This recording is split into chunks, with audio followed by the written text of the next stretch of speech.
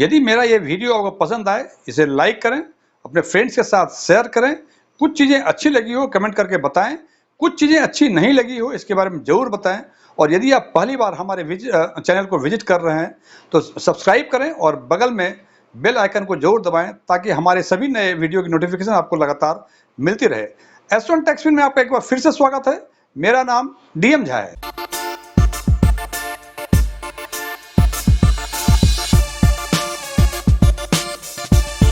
आज हम चर्चा करेंगे एक ऐसे न्यू फंड ऑफर की जो 28 जुलाई 2023 को ऑलरेडी लॉन्च हो गया है और इसकी चर्चाएं सोशल मीडिया पे या तो काफ़ी कम है या नहीं है। इस फंड का नाम है HDFC charity fund for cancer cure and this is a fixed maturity plan. Friends, इस वीडियो पे आगे चर्चा करने के पहले बता दें, ये उन व्यूअर्स के लिए, उन इन्वेस्टर्स के लिए ये वीडियो नहीं है जो ये सोचते हैं कि ये वीडियो देखकर या इस एनएफओ में पैसे लगाकर उन्हें 18-20% का CAGR मिलेगा। रदर ये उन इन्वेस्टर्स के लिए ये फंड है या ये वीडियो है जो ये सोचते हैं कि यदि इस सोसाइटी से, इस देश से यदि हम 100 रुपये अर्न करते हैं और इसका कुछ पोर्शन यदि हम इस सोसाइटी के बेटरमेंट के लिए, specially for the under privileged class, उसके लिए यदि कंट्रीब्यूट कर सकते हैं तो ये उन्हीं के लिए है। अब आप ये निर्णय लें कि आप ये वीडियो देखना पसंद करेंगे या पसंद नहीं करेंगे। तो चलिए हम चर्चा करते हैं इस वीडियो की। ये देखते हैं कि ये close ended debt equity fund है। क्लोज एंडेड मीन्स इसका जो भी एनएफओ का पीरियड है उस पीरियड तक पैसे जमा होंगे, उसके बाद जो सर्टन मैच्योरिटी है, because it is a fix maturity plan, तो उस मैच्योरिटी तक ना आप खरीद सकते हैं, ना कुछ एडिशनल परचेज कर सकते हैं। After the completion of that fixed maturity date आपको पैसे रिडम्पशन होकर आपके खाते में चले आएंगे। So it is closed ended debt equity scheme, fixed maturity plan है और ये 28 जुलाई 2023 को लॉन्च हो चुका है और 8 अगस्त 2023 को ये एनएफओ क्लोज होगा और इसकी जो फिक्स मैच्योरिटी है वो 1196 दिनों की है। इसका मतलब जिस दिन ये अलॉट होगा आपको यूनिट, उसके 1196 दिन के बाद अपने आप ही वो पैसे जो हैं, जो मैच्योरिटी प्रोसीड होगी, वो आपके अकाउंट में क्रेडिट कर दिए जाएंगे। इस बीच में ना तो आप एडिशनल परचेज कर सकते, ना आप रिडीम कर सकते। हालांकि मैं आगे चर्चा करेंगे कि यदि इस बीच यदि आपको पैसे की जरूरत हो तो आप किस तरह से पैसे आप निकाल सकते हैं या पैसे ले सकते हैं। It is a scheme category income. Scheme category जो है इनकम है, इसका मतलब इसमें ग्रोथ ऑप्शंस नहीं है, केवल इनकम ऑप्शन है। इनकम ऑप्शन का मतलब केवल इसमें IDCW प्लान ही है, मतलब पेरियोडिकली आपको इसमें डिविडेंड मिला करेंगे। इसका मतलब 1196 दिन के बाद यदि आपने 1 लाख रुपए लगाए तो 1 लाख रुपए ही मिलेंगे और इस बीच आपको डिविडेंड आपके खाते में आएंगे। यूनिट्स जो अलॉट होंगी ये एनएफओ क्लोज होने के 5 दिनों के अंदर होंगी। मतलब 8 अगस्त को एनएफओ बंद हो रहा है, इसके 5 दिन मतलब 13 अगस्त के पहले तक आपको यूनिट्स अलॉट हो जाएंगी। और चूंकि ये क्लोज एंडेड स्कीम है इसलिए ये फिर रीओपन नहीं होगा। हालांकि जैसे मैंने चर्चा की, यदि रीओपन नहीं होगा, क्लोज एंडेड है और इस बीच यदि आपको उस पैसे की जरूरत पड़ गई तो जिस दिन से ये प्रपोज किया गया है कि after the closure of the NFO or you can say that after the allotment of the units, ये प्रपोज किया गया कि NSE और BSE में ये यूनिट्स लिस्ट होंगी, वहां से आप अपने पैसे आप सेल कर सकते हैं या यदि आपको इन्वेस्टमेंट करना है तो वहां जाके उस यूनिट्स को परचेज कर सकते हैं। लेकिन MCA डायरेक्टली ना परचेज करेगी ना ही रिडीम करेगी before the end of the it's period, that is 1196 days. और पहला जो NAV डिक्लेयर होगा वो अलॉटमेंट के 5 दिनों के अंदर होगा बाय 11 PM। ये 11 PM जो है 5 दिन है, ये सभी फंड्स के लिए है। 11 बजे रात के अंदर जिस दिन ट्रांजेक्शन्स होंगे, जिस दिन यूनिट्स डिक्लेयर होंगे या जिस दिन ट्रेड होंगे यूनिट्स के, उसके 11 बजे दिन रात तक ये NAV डिक्लेयर करना होता है। और इसका रजिस्ट्रार एंड ट्रांसफर एजेंट जो है कंप्यूटर एज मैनेजमेंट सर्विसेज है, जिसको हम कैंप्स भी कहते हैं। और इसका बेंचमार्क इंडेक्स जो है it is Nifty medium duration debt index.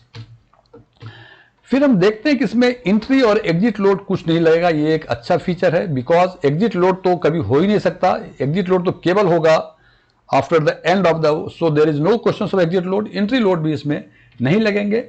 और मिनिमम इन्वेस्टमेंट जो है इसमें 50,000 रुपये का होगा और उसके बाद 1,000 के मल्टीपल में कोई भी अमाउंट आप इसमें इन्वेस्ट कर सकते हैं।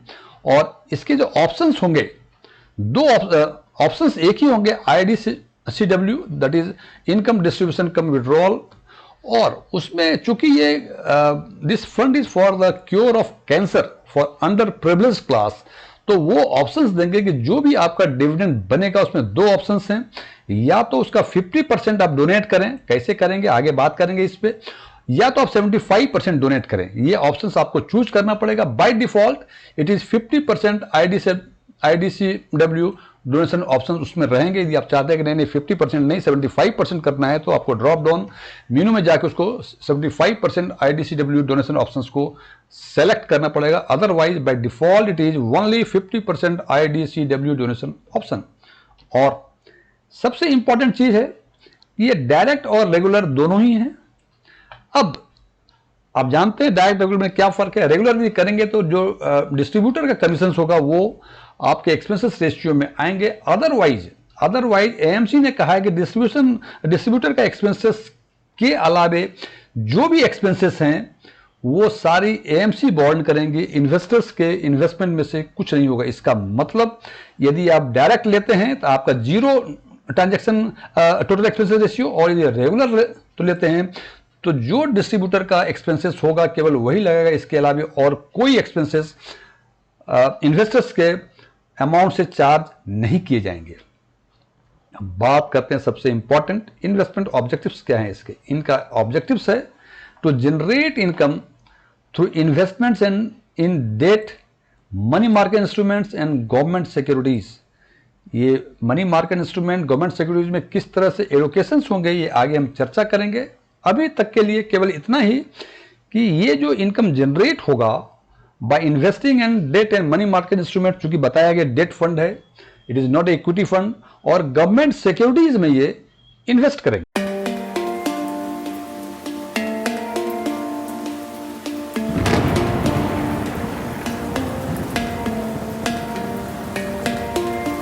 इस पर आगे चर्चा करने के पहले बता दूं कि HDFC का इस तरह का charity fund for the cancer patient, it is the fourth in the रो।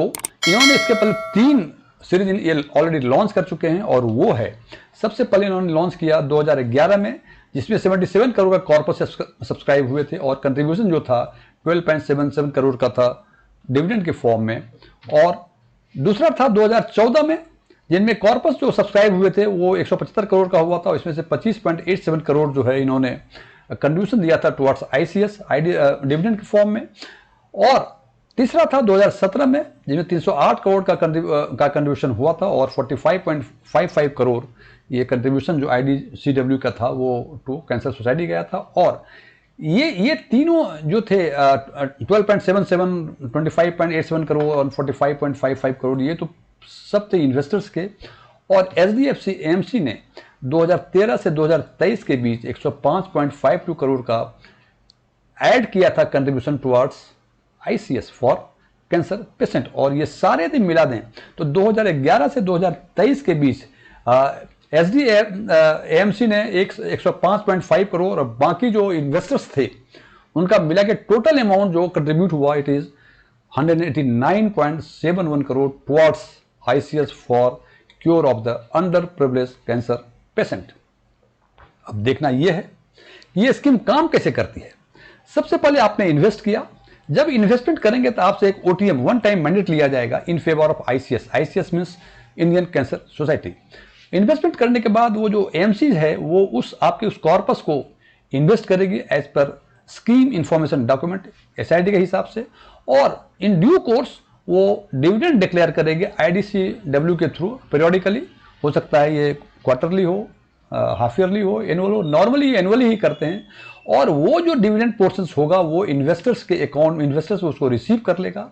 और जो आपने यहाँ इन्वेस्टमेंट के टाइम OTM दिया था इन फेवर ऑफ ICS, उस OTM के बेसिस पे आपके चॉइस के हिसाब से आइदर 50% और 75% IDCW जो अपने आप आपके अकाउंट से कट जाएंगे, and it will be donated to ICS। और ये ICS जो है ये क्योर ये हो जाएगी। और जो कंट्रीब्यूशन, फॉर एग्जांपल कंट्रीब्यूशन आपका एक्स है तो एचडीएफसी एएमसी भी एक्स कंट्रीब्यूट करेगी और टोटल जो है 2x ये डोनेट हो जाएगी आईसीएस को, और आईसीएस जो है इसको अंडर प्रिविलेज कैंसर पेशेंट के लिए इसको यूज करेगी। और अंडर प्रिविलेज का एलिजिबिलिटी क्या है, इनका एक साइट पे जाके देख सकते हैं किस क्लास के पेशेंट को ये एडमिट करता है, और उसके कुछ इम्पैनल हॉस्पिटल हैं, उस इम्पैनल हॉस्पिटल में वो under privilege cancer patient as per their eligibility वो एडमिट होते हैं और ये पैसे उसमें खर्च किए जाते हैं। अब देखना यह है कि ये तो आईडीसीडब्ल्यू होगा, फिर कंट्रीब्यूट होगा ये। अब आईडीसीडब्ल्यू में से डिविडेंड जो ये इनकम जो जनरेट करेंगे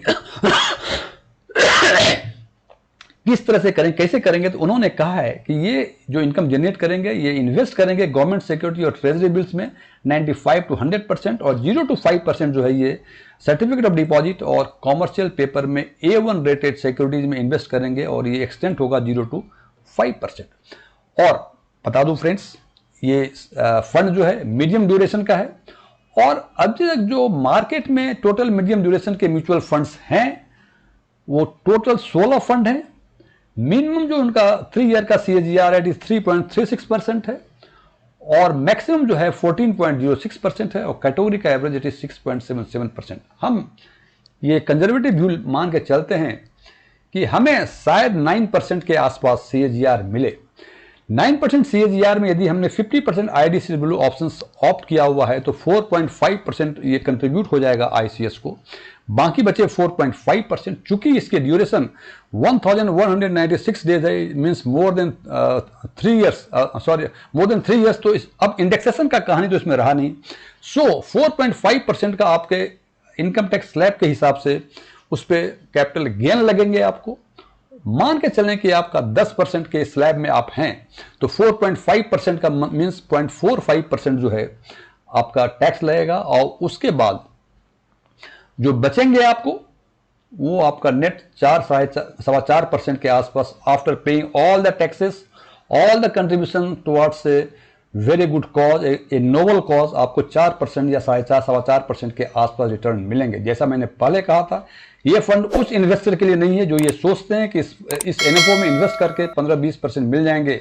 फ्रेंड्स, मिलना 4 से 5% के बीच है नेट, लेकिन इस 4 से 5% it seems to be a very low return. लेकिन इसके साथ जो बोनस है कि आपने एक ऐसा कार्य किया जो आपको एक शांति देगी, असीम शांति देगी, कि और आपके उस छोटे से पैसे जो डोनेशंस हैं आपके, जो उस कैंसर पेशेंट के चेहरे पर मुस्कान देगी, इस रिटर्न को आप क्वांटिफाई नहीं कर सकते। लेकिन मैं जैसे बार बार कहता हूं, यदि आपको ये अच्छा लगता है you must go for it. If not, यदि आप केवल रिटर्न के पॉइंट ऑफ व्यू से देखते हैं, it is not for you. इसलिए ये अंतिम निर्णय हमेशा आपको लेना है कि आप इसमें इन्वेस्ट करेंगे तो आपके जो कैंसर पेशेंट के चेहरे पर मुस्कान आएगी, इसका कुछ ना कुछ आपको आत्म शांति मिलेगी। If not, it's all right. अंतिम निर्णय हमेशा आप